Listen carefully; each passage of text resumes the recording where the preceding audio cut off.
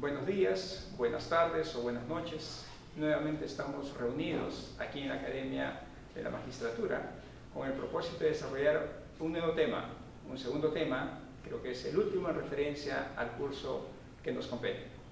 Nuestra diplomatura es sobre pluralismo jurídico y el curso que estamos desarrollando está titulado como Marco Jurídico y Principios de Coordinación entre Sistemas Jurídicos. El tema específico que vamos a tratar el día de hoy es sobre el marco internacional y nacional de coordinación entre sistemas jurídicos. Antes de focalizar propiamente el tema, quisiera hacer una breve introducción. Este es un tema muy complejo. El tema del curso que tratamos en sí es muy complejo. Es un problema que envuelve estados, que envuelve grupos de ciudadanos y que envuelve ciudadanos. Es un tema muy viejo además. No se ha resuelto a pesar de los cientos o miles de años que envuelve este problema y nosotros tampoco vamos a intentar resolverlo. El curso no ha buscado resolver los problemas que están detrás del tema en sí, sino queremos sobre todo plantearlo y presentarlo, y la resolución, la mejor resolución está en manos de cada uno de nosotros cuando tenemos el caso concreto. ¿Okay? Nos vamos a presentar los subtemas de nuestro tema específico. En primer lugar, vamos a referirnos al marco del derecho internacional, así en términos generales. Luego nos vamos a referir al marco del derecho nacional. Y por último, quisiera focalizar los problemas y retos que nos ofrece este tema específico. A nivel internacional, cuando dos estados entran en conflicto o cuando un nacional llega a otro país y comete un delito o tiene problemas patrimoniales, etc.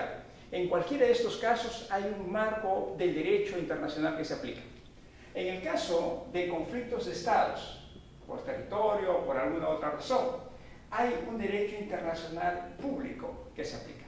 Ese es el derecho de los tratados, ese es el derecho donde dos o más países se juntan bajo normas comunes y se administran bajo esas normas comunes. Entonces, cuando ocurre el conflicto, esas normas comunes son las que se aplicarán para resolver el conflicto que ocurriera. Pero también tenemos el caso de los conflictos de ciudadanos de otro país, de ciudadano que llega a un territorio extranjero o de ciudadanos extranjeros en general. En ese caso, lo que prima, o el tema que trata específicamente este tipo de conflictos, es el derecho internacional privado. Este es un derecho que también supone tratados internacionales, supone tratados de grupos de estados, pero también supone de normas nacionales. La soberanía del Estado, el jus imperio del Estado, es el que se aplica en estos casos, fundamentalmente. Bajo este derecho internacional privado hay la discusión de dos principios importantes para aplicar el derecho frente al conflicto. El principio del jus soli, que se refiere al derecho de lugar, y el principio del jus sanguinis, que se refiere al derecho de sangre. El jus soli es el principio que establece que cuando ocurriera un conflicto, el derecho que se aplica es el derecho del Estado, el derecho donde está el extranjero, el derecho del jus imperio, el derecho soberano del país donde llegue el extranjero. En cambio, el jus sanguinis ocurre cuando nos encontramos de un extranjero que tiene una norma muy especial y hay un convenio especial de la nación del extranjero con el Estado hacia donde ha llegado. En ese caso se aplica el derecho de sangre, el derecho del extranjero, el derecho nacional del extranjero. Esto es menos común hoy en día porque el jus imperio, el derecho del Estado, se ha ido imponiendo y hace prevalecer el derecho del lugar, el derecho de su territorio. Bueno, esta es una breve introducción, esto supone un desarrollo mucho más amplio, solamente para ubicarnos que a nivel internacional entre estados y a nivel de ciudadanos extranjeros también ocurre el conflicto y se produce la posibilidad de aplicar diversos derechos. Nos vamos al marco del derecho nacional. Cuando hablamos del marco del derecho nacional, tenemos que distinguir entre los tratados internacionales y las constituciones políticas de cada nación, Estado, nación, como lo conocemos históricamente, aunque en la práctica sabemos por nuestra sesión anterior que el tema nación es muy plural, inclusive en cada Estado, en cada país. Pues bien, a nivel de los tratados internacionales, sobre todo cuando hablamos de poblaciones originarias o pueblos indígenas, cuando estamos hablando de grupos étnicos diferentes, existe lo que se llama el Convenio 169 de la Organización Internacional del Trabajo. Este es el convenio de pueblos indígenas o pueblos tribales aplicados a países independientes. Este convenio tiene 3 artículos importantes que refieren el tema. El artículo 8, el artículo 9 y el artículo 10 del convenio 169 de la OIT. ¿Qué es lo que establecen estos artículos? En resumen, porque también se presta una amplia discusión, el artículo 8 y 9, fundamentalmente, y complementado por el artículo 10, establecen el derecho a conservar sus costumbres, sus instituciones y los métodos propios de estas poblaciones originarias, de estos pueblos indígenas o de estos grupos étnicos, frente al derecho estatal, frente al derecho nacional, frente al derecho constitucional propiamente y las leyes nacionales del Estado. Pero el artículo 8, fundamentalmente, y los otros confirman ello, siempre que estas costumbres, instituciones y métodos sean compatibles con los derechos fundamentales regulados por las leyes, por la Constitución del país donde se ubica. Ese es el principio, las normas y el tema focalizado cuando hablamos de tratados internacionales y particularmente del convenio 169 de la OIT. Adicionalmente, existe la Declaración de Naciones Unidas sobre el Derecho de los Pueblos Indígenas, donde se establecen normas mayores, específicas, pero no tiene la calidad de un tratado, no tiene la fuerza que obligue al Estado y a las autoridades del Estado. Sin embargo, conocido como un soft law o un derecho flexible, es posible aplicarlo complementando la norma, el convenio 169 y las normas nacionales. Ese es un tema que también se puede tratar complementariamente. Pero importa, a nivel de tratados internacionales, destacar el convenio 169, que es vigente para países como el Perú y otros países latinoamericanos y del mundo, donde se puede exigir la vigencia del artículo 8, 9 y 10 de este convenio. Adicionalmente, tenemos las constituciones políticas. Y en el caso peruano, que es lo que me permito conocer un poquito más, el artículo 149 de la Constitución también establece, en mi opinión, de manera más amplia, lo que regula el convenio 169 de la Organización Internacional del Trabajo. El artículo 149 de la Constitución Política establece que las autoridades comunales de las comunidades campesinas y comunidades nativas, como las denominan para el caso peruano, tienen función jurisdiccional. Y esa función jurisdiccional significa decir derecho, resolver conflictos, dentro de su ámbito territorial, donde están ubicadas estas comunidades fundamentalmente, aunque esto se presta a una discusión mayor que lo vamos a ver inmediatamente, aplicando el derecho consuetudinario, es el derecho que los identifica ancestralmente a ellos, es el derecho que envuelve el día a día de estas comunidades, pero además es un derecho que se renueva, también lo vamos a ver inmediatamente después. Y por último, siempre que no viole los derechos fundamentales. Acá sí, en el artículo 149 de la Constitución no se establece los derechos fundamentales en los términos como están en el artículo 8, 9 y 10, que explícitamente, 8, 9 y 10 del convenio 169, que explícitamente se refiere a los derechos fundamentales del Estado o el país donde se regula. Aquí, en el artículo 149 de la Constitución, se establece la violación de derechos fundamentales, lo que da una amplitud para reflexionar el tema.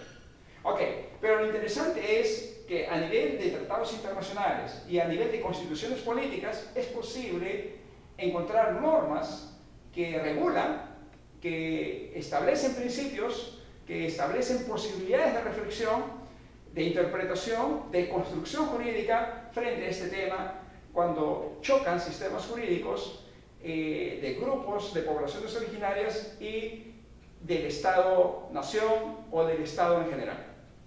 Bien, a nivel internacional y a nivel nacional existen estas reglas, existen estos principios, existen los procedimientos. Sin embargo, no quiere decir que a pesar de estas reglas, los problemas hayan sido superados.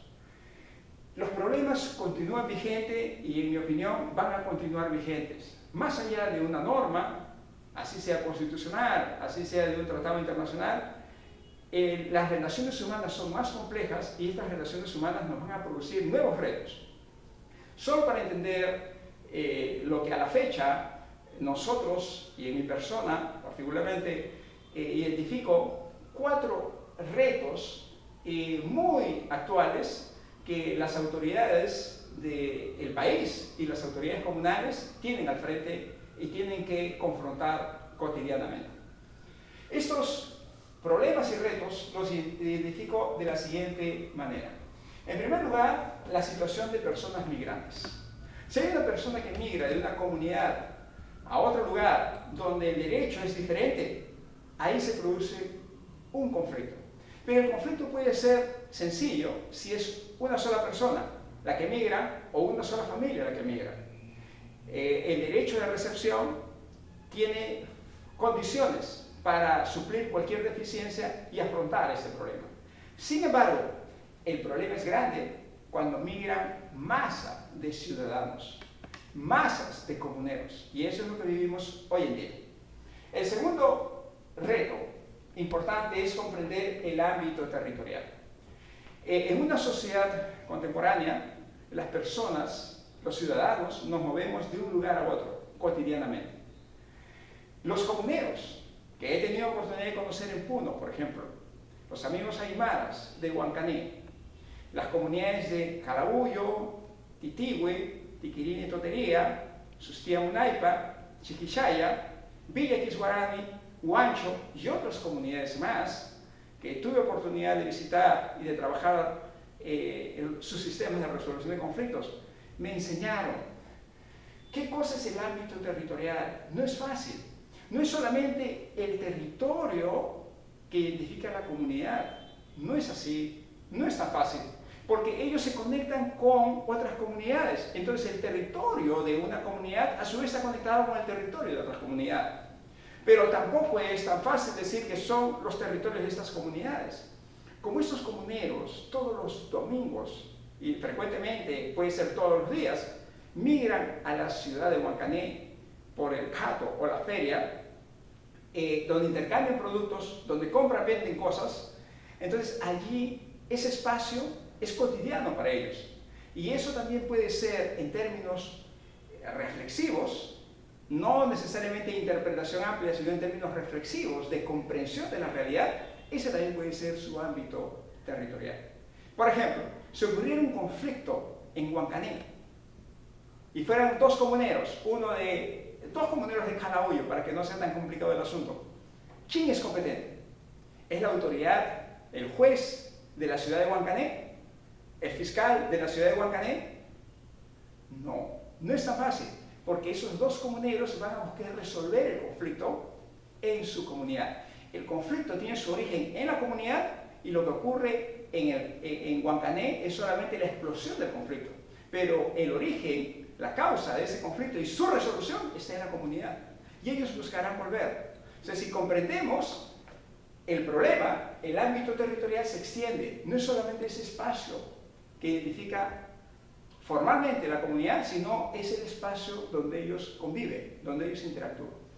El otro tema, que también es muy conflictivo y muy difícil, es el comprender el derecho consuetudinario. Cuando estudiamos derecho, nos cuentan, nos dicen, nos informan que el derecho consuetudinario es aquel derecho que por una cantidad de años determinados, a través de una cantidad de años determinados, se identifica en un grupo social. Por ejemplo, el hacer cola es parte de nuestro derecho consuetudinario aquí en la ciudad. Cuando queremos pedir reclamar un derecho, cuando queremos hacer un pedido, y hay muchas personas bajo el mismo interés, inmediatamente nos alineamos y formamos y esperamos nuestro turno. Esa es una costumbre, eso es parte de nuestra vida urbana, y en la zona rural también ocurre. Pero eso es parte de un derecho mayor que es el derecho regulado, el derecho codificado, el derecho que se renueva constantemente a través del Poder Legislativo y a través de la participación del Poder Ejecutivo en el Estado. En las comunidades también ocurre lo mismo. En las comunidades hay un derecho consuetudinario, que es un derecho ancestral, que viene por los años y es coercitivo, es obligatorio entre ellos. El hacer cola para nosotros es obligatorio. Si alguien se introduce en la cola, inmediatamente nosotros lo rechazamos. Esos mismos criterios existen en el derecho consuetudinario. Pero ese derecho consuetudinario también es una porción, al igual que el de nosotros, que está regulado, por un lado, por estas prácticas, costumbres, tradiciones, pero al mismo tiempo por normas vinculadas al Poder Legislativo, al Poder Ejecutivo. Ellos también tienen decisiones y normas de las autoridades comunales y de la Asamblea Comunal. Y sobre todo, la Asamblea Comunal, en cada reunión, cada quincena o cada mes, dependiendo de cómo está organizada la comunidad, va renovando esas normas. Y esas normas son dinámicas, increíblemente se transforman bajo decisiones colectivas para resolver conflictos o para aplicarlos a un conflicto determinado. Por ejemplo, fijar una multa por la omisión de una situación determinada, esa es una decisión de la comunidad. ¿Cuánto es la multa? Se decide en cada asamblea, se decide cada mes o cada 6 meses o cada año, dependiendo de la actividad que se va a multar, cuyo incumplimiento se va a multar. Entonces, este es un derecho que va más allá de las tradiciones, de las costumbres, es un derecho muy dinámico, es un derecho semejante al nuestro. Yo creo que eso ha faltado identificar y eso es lo que debemos comprender en esta situación. Y por último, el debate de los derechos fundamentales. Este es un debate muy grande, muy difícil, y no es un debate solamente que ocurre al interior del país, ocurre a nivel de los países en general, de los estados en general, y es un problema que no está resuelto. Nosotros tenemos una Declaración Universal de los Derechos Humanos, es una declaración para el respeto mínimo de derechos entre ciudadanos a nivel mundial, pero es una declaración que surgió de los países, podríamos identificarlo entre comillas por favor, más desarrollados, y sobre todo los países que triunfaron tras la Segunda Guerra Mundial. Entonces, ello no tuvo en cuenta los derechos particulares y diferentes que existieron en grupos tradicionales, alejados, que nunca hicieron llegar su voz, su opinión, cuando se hizo esa declaración. Entonces, esto nos lleva a repensar nuevamente esa declaración y otras declaraciones que pudieran haber para que hagamos juntos una convivencia mundial. O sea, esta convivencia mundial no va a existir si es que todos no participamos. Y entonces, mientras que no existe esta convivencia, es muy difícil alegar que los derechos fundamentales son aquellos que aparecen en la Declaración Universal, o son los que recogen la constitución política de cada país, o son las declaraciones regionales que aparecen a nivel de los continentes. Este es un tema muy difícil y que yo no creo que debamos resolverlo tan fácilmente aplicando las normas que aparecen vigentes en referencia a lo que conocemos como derechos fundamentales. Ahora, el tema es más difícil aún cuando ingresamos y conocemos a estas comunidades, a las comunidades originarias o pueblos indígenas, y conocemos que al interior de ellos existe propiamente otra concepción de derechos fundamentales. O sea, no es que ellos no tengan derechos fundamentales, al interior de ellos es posible identificar derechos fundamentales. Y por ejemplo, el concepto de vida, es cierto, todos estamos y defendemos la vida. Estas comunidades originarias que yo he tenido oportunidad de conocer en Puno o en otras partes de los Andes, en la Amazonía, en el Aten del Marañón o en otras partes de la Amazonía, todas defienden la vida, pero defienden la vida desde su punto de vista, desde su formación. Un joven amazónico, ¿cómo sobrevive en la Amazonía frente a un ciudadano urbano de Lima? ¿Cómo se desarrolla en su adolescencia y en su juventud? Tiene dos maneras diferentes de comprender la vida. Y las familias de ambos tienen dos maneras diferentes de defender la vida. Eso es lo que no comprendemos. Ese es el gran reto que nos brinda algo que identificamos como el derecho posmoderno. Estos 4 temas en sí, que son problemas y retos, pueden tratar de resolverse siguiendo el derecho posmoderno. El derecho posmoderno es un derecho que va más allá del derecho internacional racional, del derecho nacional racional, sino es un derecho que trata de unir los diversos sistemas jurídicos, sus derechos, sus concepciones de justicia, dentro de la posibilidad de ser un diálogo, de una actuación conjunta, de una paz mundial seria y de una situación de menos desigualdad como es la que vivimos actualmente. Bueno, estos son los 3 temas que quería conversar en esta ocasión. Son los temas que están relacionados con el marco internacional y nacional de coordinación entre sistemas jurídicos. Es un tema muy difícil que aparece más como posibilidad de reflexión y que invito a leer los materiales del curso con el propósito de dar una respuesta desde la participación de cada uno de ustedes. Muchas gracias.